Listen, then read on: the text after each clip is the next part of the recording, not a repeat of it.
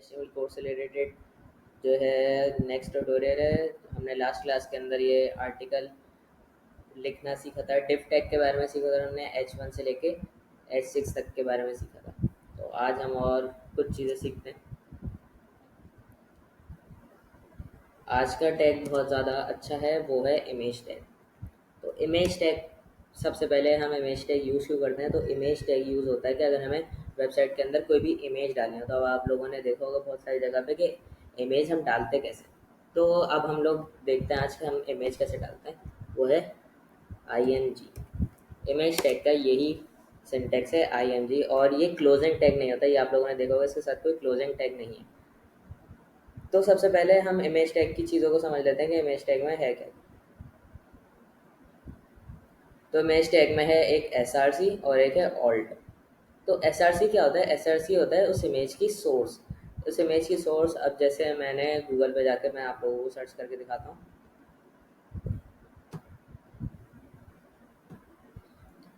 ये इसके साथ साथ मैं आप लोग सर्च करके दिखाता हूँ इमेजेस।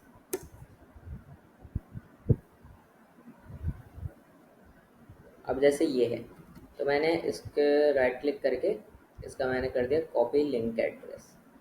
तो हम दो तरीके से इमेजेस को डाल सकते हैं। एक है इस इमेज का, जैसे मैंने यहाँ पे डाल दिया लिंक, सही है।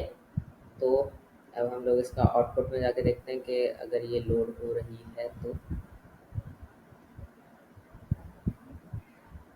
ओके, तो ये लोड नहीं हो रही।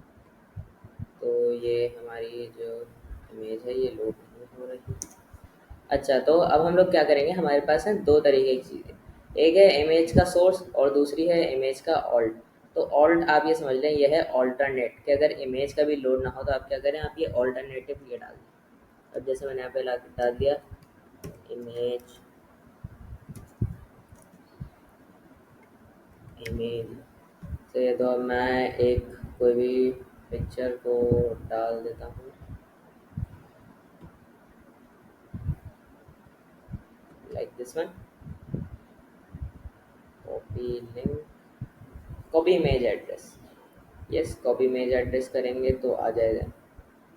तो हमने सोर्स में जाके इसका लिंक डाल दिया। अब ये लिंक कितना भी बड़ा है, अब हम क्या कर सकते हैं, उन्होंने लिंक डाला ही ऐसे है, इसलिए हम ये लिंक्स को यूज़ नहीं करते। ये देखें, हमारे पास ये इमेज आ गई एज इट इज़, वो इमेज हमारे पास आ गई, वो इमेज हो गई लोड।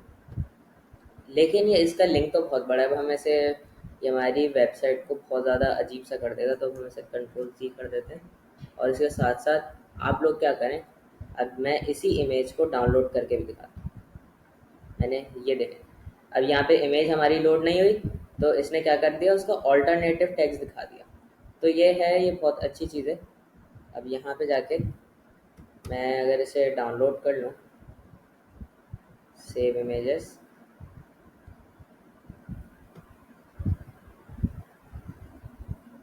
या हमने HTML कोर्स के अंदर डाल दिया इमेजेस। तो अब हम लोग अपने एडिटर में जाएंगे, तो यहाँ पे आ गया हमारे पास image.jpg, और ये हमारी इमेज है जो हमने डाउनलोड करी थी। तो अब हम क्या करेंगे, अपने सोर्स में जाके देखें, इमेज का यहाँ पे होना ज़रूरी है। जिस फोल्डर में आपने अपना कोड लिख रहे हैं, उसी फोल्डर के अंदर आपके पास इमेज का होना भी ज़रूरी है। तो मैं क्या करूँगा, मैं लिखूँगा /images.jpg।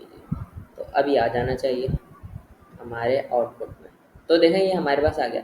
दोनों का रिजल्ट सेम है, लेकिन बस फ़र्क इतना है कि कभी कभार देखें सर्वर लोड हो, कभी नहीं हो। लेकिन इससे ये फ़ायदा है कि डाउनलोड करने के बाद हमारा सर्वर में लोड ज़रूर होगा।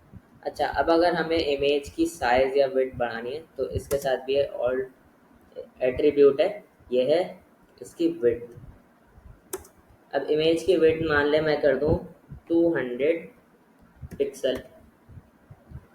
तो अब हम इसका आउटपुट देखते हैं, तो देखें ये साइज़ इसका छोटा हो गया। अगर मैं आपको एक और इसकी विड्थ को मैं आपको बढ़ा के दिखाऊं, इसको मैं कर दूं 300 पिक्सल, ये 3000 हो गया।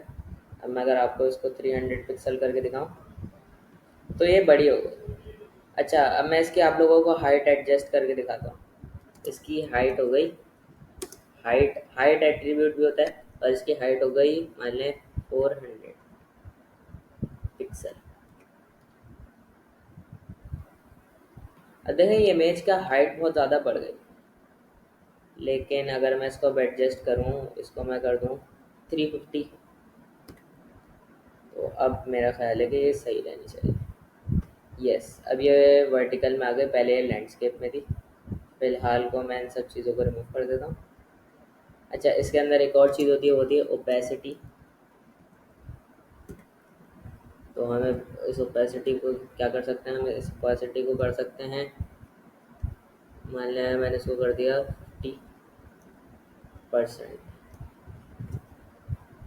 Let's check what happens. Okay, मतलब ओपेसिटी डायरेक्ट ऐसे वर्क नहीं करती, वो हम अपने CSS के कोर्स में सीखेंगे। तो अभी ओपेसिटी को रहने देते हैं। अब मैं आप लोगों को एक चीज़ करके दिखाता हूँ, बहुत ही ज़्यादा अच्छी चीज़ है ये।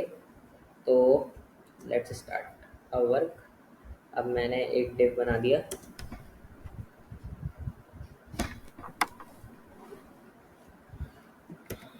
अब हम एक छोटा सा काम करते हैं, डिव बना के इसके अंदर अब मैंने ले ली h1 और इस h1 के अंदर लिखा माय इमेज गैलरी। सही है। अब इसके नीचे हमने लिख दिया एक पी टैग और इसके अंदर मैंने लिख दिया RM100।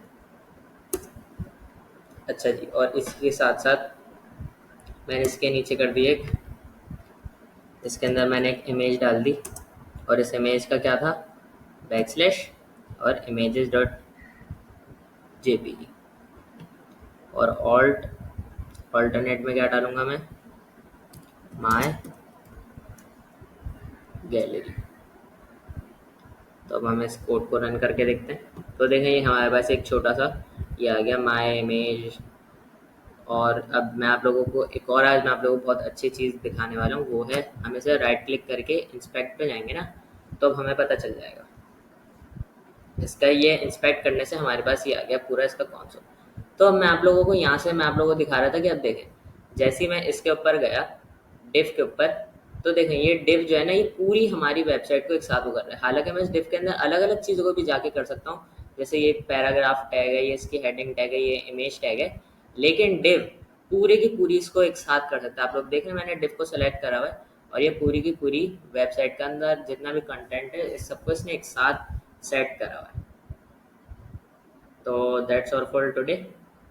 आई होप आप लोगों को इमेज टैग देखने में मज़ा आया होगा और हम आगे जाके जब हमारा HTML का कोर्स कंप्लीट हो जाएगा तो हम एक इमेज गैलरी भी बनाएंगे। Thanks for watching.